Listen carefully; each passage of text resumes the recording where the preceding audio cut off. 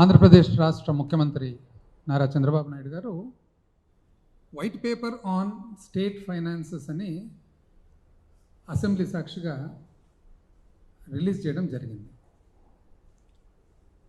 అయితే ఆ white paper document బాగా దాదాపు 30 చిల్లర పేజీలు ఉంది డాక్యుమెంటు పీపీటీ రూపంలో.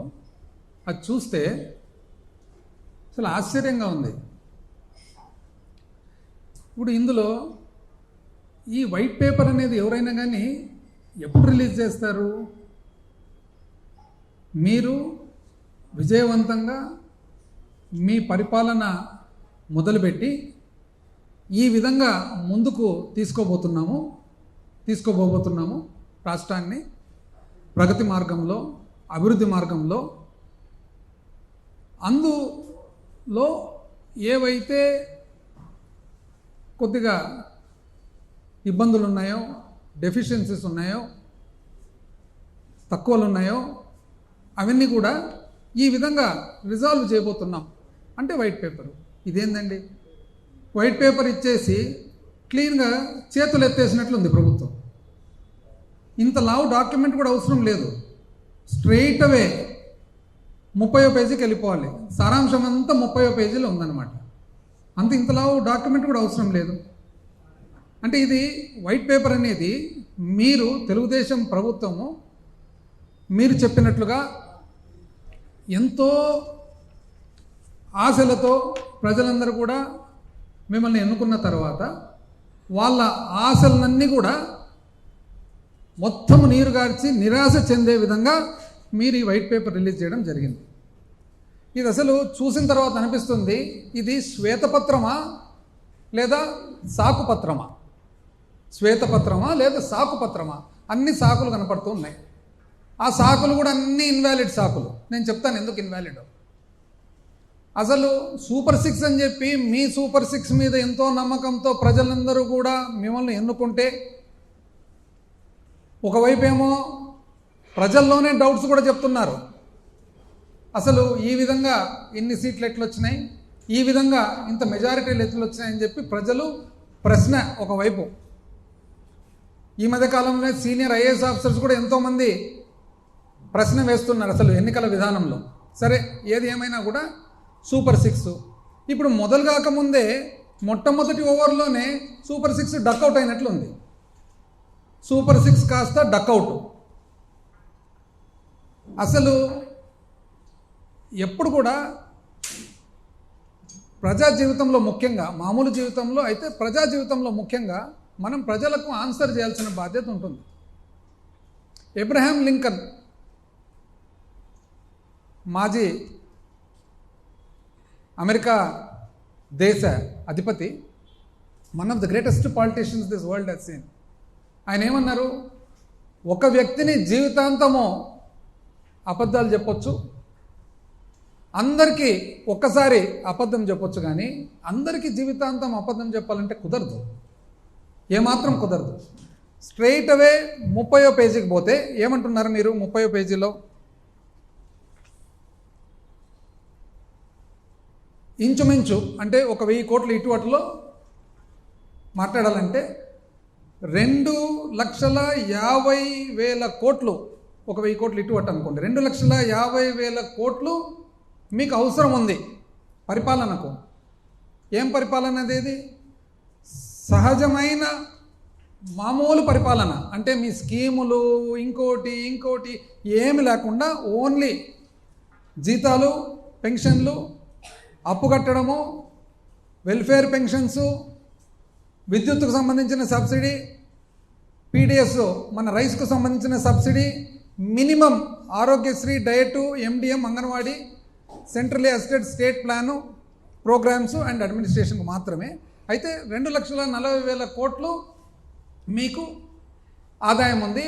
10,000 కోట్లు అసలు ఈ మామూలు కేవలం జీతాలు, భత్యాలు, అప్పు అండ్ మన వెల్ఫేర్ పెన్షన్స్కు సంబంధించిన పరిపాలనకే 10,000 కోట్ల అప్పు ఉంది, తక్కువ అవుతుంది.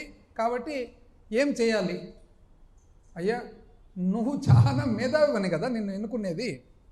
నీకు అపారమైన అనుభవం ఉందని కదా నేను ఎన్నుకునేది. ఈరోజు నువ్వు ఏం చేయాలి అని చెప్పి మీరే ప్రజలకు ప్రశ్న ఇస్తే, ప్రజలతో పాటు పార్ట్నర్షిప్తో మనము ఆలోచన చేద్దాం.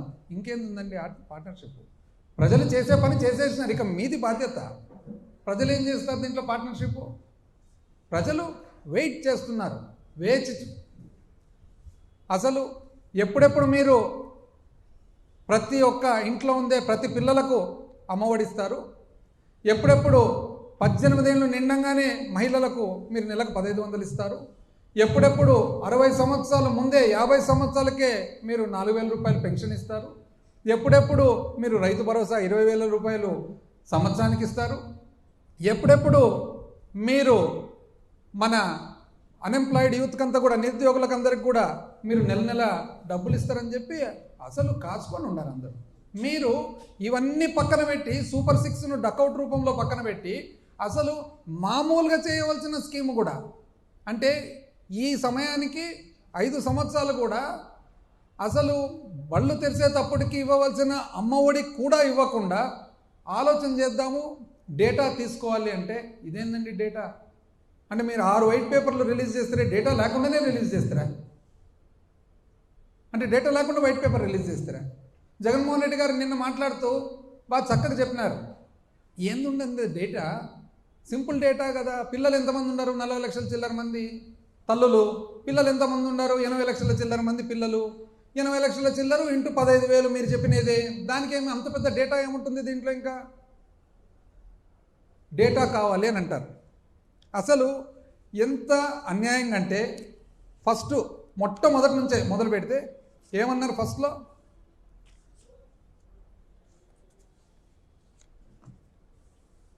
అసలు ఇంతకుముందు 2014 నుంచి 19 చేసిన పరిపాలనలో అంట చాలా స్థూల ఉత్పత్తి బ్రహ్మాండంగా పెంచినారంట, ఆ తర్వాత సరిగ్గా పెరగలేదంట.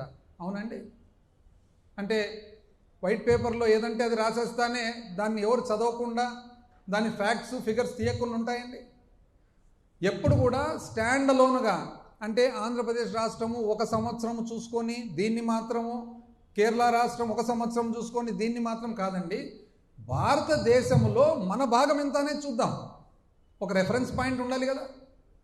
అంటే ఇప్పుడు ఈ 5 సంవత్సరాలు కోవిడ్ ఉంది, కోవిడ్ సంవత్సరాలకు కోవిడ్ లేని సంవత్సరాలకు పోలిక పెట్టేదానికి అవుతుందండి? భారతదేశాన్ని అంతా పోల్చుకుంటాం. భారతదేశ వ్యాప్తంగా చూస్తే 2014-15 నుంచి 18-19, 14-15 నుంచి 18-19 దేశ స్థూల ఉత్పత్తిలో రాష్ట్ర స్థూల ఉత్పత్తి ఒక నిష్పత్తిగా తీసుకుంటే 4.47% అండి. అంటే దేశ స్థూల ఉత్పత్తిలో మనము 4.47% మన భాగం, మన కాంట్రిబ్యూషన్. 2019-20 నుంచి మనం 2023-24 అడ్వాన్స్ ఎస్టిమేట్స్ చూసుకుంటే దేశ స్థూల ఉత్పత్తిలో మన రాష్ట్ర స్థూల ఉత్పత్తి 4.82 అండి. అంటే 0.4% మీకంటే ఎక్కువ. ఇప్పుడు ఎట్లా చెప్తున్నారండి? అప్పుడు బాగా పెరిగింది, ఇప్పుడు పెరగలేదని? అంటే మీ అంకెలు మాత్రం మీరు చూసుకుంటే సరిపోతుందా? రెఫరెన్స్ పాయింట్ వద్దా? అదేవిధంగా అసలు పరిశ్రమ గురించి మీరు మాట్లాడరు కదండి. పరిశ్రమ చూసినట్లయితే దేశ స్థూల ఉత్పత్తిలో పరిశ్రమ భాగం మాత్రము చూసుకుంటే, ఇండస్ట్రీ చూసుకుంటే 2014-15 నుంచి 18-19 2.9%. అంటే ఆంధ్ర రాష్ట్ర భాగము కాంట్రిబ్యూషన్ టు నేషనల్ జీడిపి చూస్తే 2.9% అయితే 2019-20 నుంచి 2023-24 అడ్వాన్స్ ఎస్టిమేట్స్ వరకు చూస్తే 4% అండి. పరిశ్రమ అప్పటికంటే ఇప్పుడు 1.1% పెరిగింది. ఎట్లా? దేశ స్థూల ఉత్పత్తిలో భాగంగా చూసినట్లయితే ఒక రెఫరెన్స్ పాయింట్తో. మీరు మాత్రం బయట పరిశ్రమ రాలేదు, పరిశ్రమ రాలేదు, పరిశ్రమ రాలేదు అంటారు. ఎంత అన్యాయం అండి.